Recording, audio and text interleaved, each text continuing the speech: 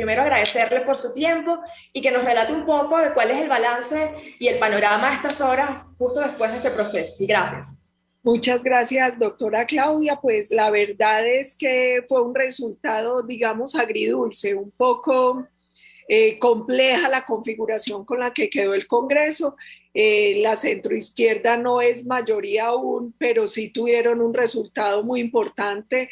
Es indiscutible el resultado del pacto histórico en una lista cerrada donde hay personas muy complejas como Piedad Córdoba, Roy Barrera, Gustavo Bolívar, un sector de izquierda muy radical, eh, que necesariamente representan un reto para la democracia y la libertad de Colombia. Por otro lado, fue esperanzador el resultado de las consultas porque Petro había anunciado que iban a tener en la consulta 8 millones de votos. No fue así. Tuvieron un poco más de 5.500.000 votos, seguidos por Equipo por Colombia, que tuvo más de 4.100.000 votos, donde el absoluto ganador fue Federico Gutiérrez, con más de un 50%, con más de un 50% del resultado. Y en tercer lugar, Centro Esperanza con más de 2.200.000 votos. Pues lamentablemente también tenemos que reconocer que hubo una abstención muy alta, que finalmente la consulta la votaron más o menos 13, 14 millones de colombianos, un poco más de 18 millones votaron el Congreso, pero sigue siendo una participación inferior al 50%, y eso nos preocupa. Es que en una coyuntura donde nos estamos jugando el modelo de país, donde hay un riesgo democrático tan alto, pues el llamado a los colombianos es a que nos unamos y a que salgamos masivamente a las urnas. Yo creo que el nivel de abstención también es muy preocupante. Sí, de hecho, veía un tuit que usted colocaba hace un día y me llama la atención porque definitivamente el momento los ha convocado a unirse, ¿no? Y esta mañana justamente conversábamos con María Corina, que la tuvimos también en el programa y la grabamos para hoy. Ya le voy a decir lo que dijo sobre usted porque le preguntamos. Pero en su tuit usted coloca patria, principios y partidos en ese orden, ¿no? Y cómo Colombia está primero. ¿Qué significa esto y cómo ahora es tan importante precisamente esta alianza de cara a precisamente defenderse de un modelo como el que se quiere imponer, ¿no? Sí, varias cosas. La primera es, a uno le duele que nadie escarmiente en cabeza ajena. Primero, porque Colombia debería ver el reflejo de lo que viene pasando en la región, de la situación dolorosa en Venezuela, en Bolivia, en Argentina, en Perú, en Chile. Pero además, yo he sido muy crítica porque creo que el bastión democrático en Venezuela es indiscutiblemente María Corina. Allí, lamentablemente, quienes han sido oposición a la narcodictadura siempre han estado divididos y nosotros hemos visto cómo cada que avanzamos algún sector de ellos termina en negociaciones, en complicidades, salvo María Corina, que ha sido la única que ha tenido una firmeza indiscutible y un compromiso indiscutible con la democracia. Pero el dolor que uno siente es porque allá en parte no hemos podido solucionar el problema por la división al interior de la oposición.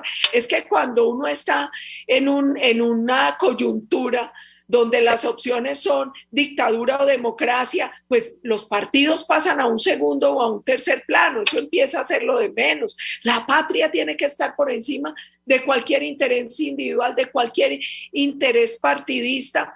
Y el dolor que uno siente es que aquí todavía hay sectores calculando, pensando en electoralmente o de manera partidista. Por Dios, es que aquí lo que nos estamos jugando es si seguimos o no en democracia y en libertad, y eso a lo único que puede convocar es a una fuerte unidad en torno a lo fundamental, porque no hay partidos y no hay nada más si no hay patria. Entonces, de pronto ese es un poco el llamado, porque siente uno mucha frustración, la verdad, doctora Claudia. No, y desde Venezuela también lo sentimos, primero por lo que nos ha unido durante tantos años, pero también por lo que significa. Y de hecho, aquí y en muchos otros países dan Colombia básicamente por perdida, ¿no? Sin embargo, usted también habla de la oportunidad que representa. Y le comento lo que también se comentaba María Corina esta mañana. Ella hablaba de unidad con valores. ¿De qué valores estamos hablando y frente a qué peligro, para dibujarlo exactamente bien, ustedes se están enfrentando precisamente por lo que representa Petro, ¿no? Porque si bien sabemos que quizás Maduro es también el equivalente a Petro, también lo es a Putin, pero es parte de un sistema. ¿Cómo lo describe usted? Claro que sí, es que es perfecto la radiografía que hace doctora Claudia y esto es toda una organización internacional que opera bajo unos mismos postulados. Está Putin, está Ortega en Nicaragua, está Maduro en Venezuela, están los Kirchner en Argentina, está Boric en Chile, está Castillo en Perú. Todos operan bajo una misma lógica estatista, socialista, comunista, progresista, finalmente el nombre que le pongan, el rótulo que le pongan, termina en lo mismo, en una estrategia democrática para tomarse el poder y luego destruir la base de la democracia desde adentro, destruir la democracia, destruir las libertades, destruir el tejido social, el tejido empresarial, acabar con todo. Eso han hecho sistemáticamente en Cuba y en todos estos países. Eso pretenden hacer en toda la región y en Colombia hoy. ¿Qué preocupación tiene uno, hombre?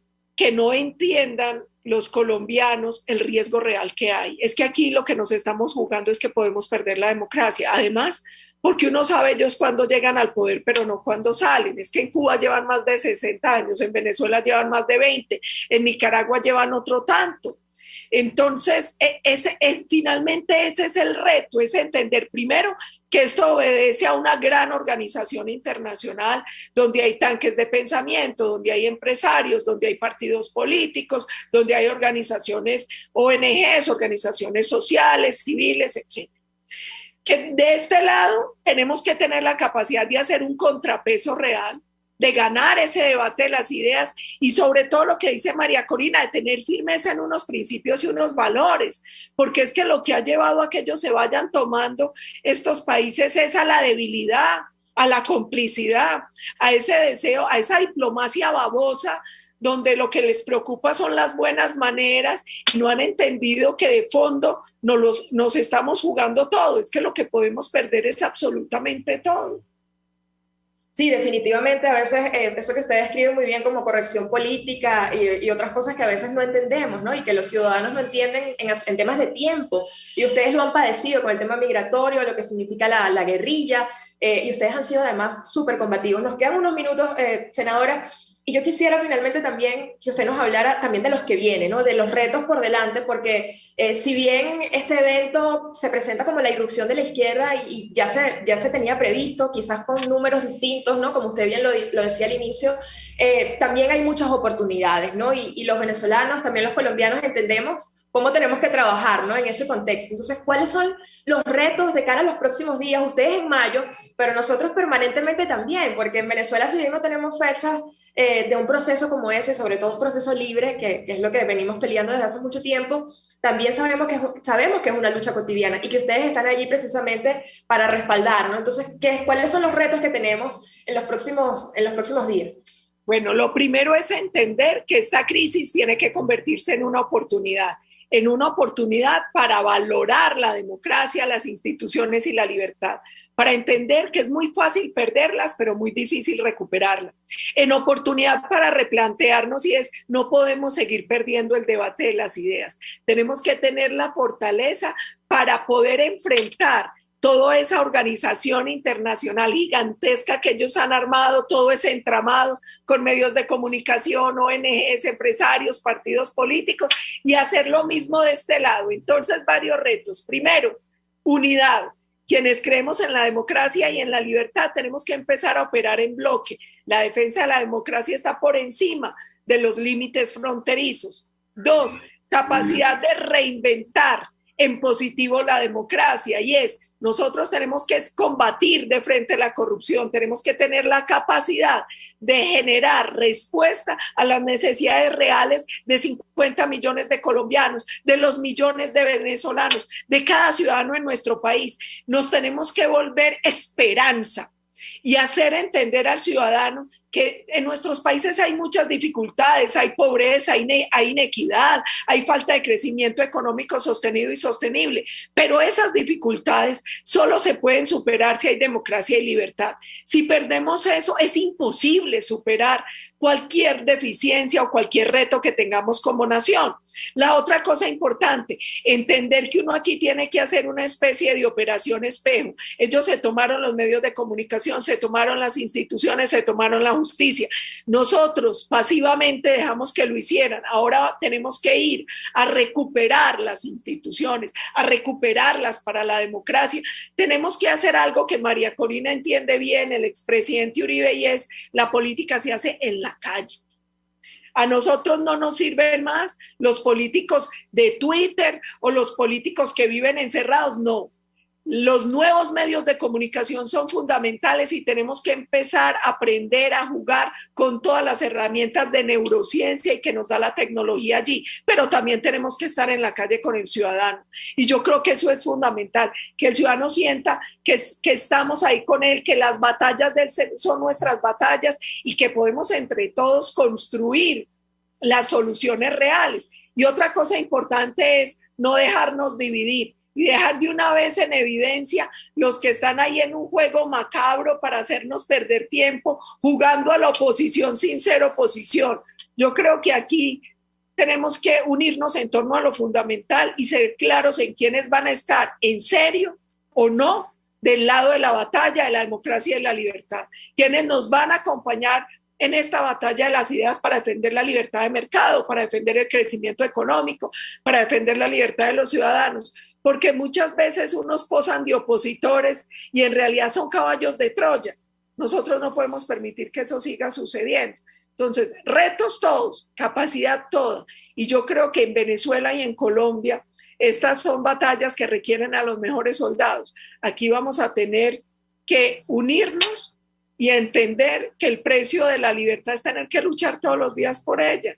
Y lo mismo pasa con la democracia. Eso no va a estar ahí per se, nos toca defenderla y defenderla con todas las herramientas constitucionales y democráticas con las que se nos permite defenderla. Bueno, definitivamente yo la escucho y me siento como en Venezuela, porque al final son los retos compartidos, ¿no? Y es precisamente la misma causa que al final es lo que nos une. Y yo ya la tengo que despedir, pero yo le quiero agradecer primero por el entusiasmo, pero sobre todo por el mensaje que nos deja. Y yo me quedo con eso, con esperanza, innovación, pero sobre todo principios y valores también desde la calle, ¿no? Y el contacto con el ciudadano, porque al final ese es el rol de la política y precisamente este espacio habla de eso, del servicio público, de estar con la gente y de precisamente colaborar precisamente con el que más nos necesita. Entonces, quiero agradecerle, senadora Paola Holguín, por estos minutos y bueno, esperando que muy pronto podamos tener buenas noticias, no solamente de aquel lado, sino también de este. Muchas gracias, doctora Claudia. Un abrazo a todos los hermanos venezolanos y tengamos claridad que nosotros somos hermanos siameses.